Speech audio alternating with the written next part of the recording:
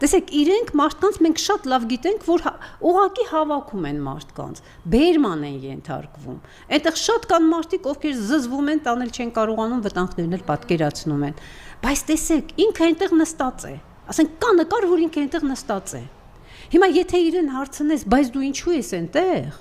Ինքը գիտեք ինչ կասի, հո չի ասի, ինձ ստիպել են, վախեցել եմ, դրա համար եմ գնացել։ Դե կասի, դե ինչ է, որ գնացել էի լսելու, դե ինչ է, որ ինչ վատ բան ասեցին, որ։ Եվ մեկ էլ դու տեսնում ես, որ իրենք արդեն այնտեղ են, այն մյուս ճակատում են։ Այնպես որ սա այդ ներքաշման ողբերգության մեխանիզմը կիրառելու շատ լավ ձև է եւ միտված է ապագա ընտրություններին, որտեղ այսպես թե այնպես իրենց մասաներ պետք են այդտեղ։ Նորից մասաներ պետք են։ Տեսեք, իրենք մտածված, գիտականորեն իրենց թելադրում են ամեն ինչ, ոնց անել, ինչ անել, իսկ մերոնք էմոցիաների վրա հիմնված անարդյունավետ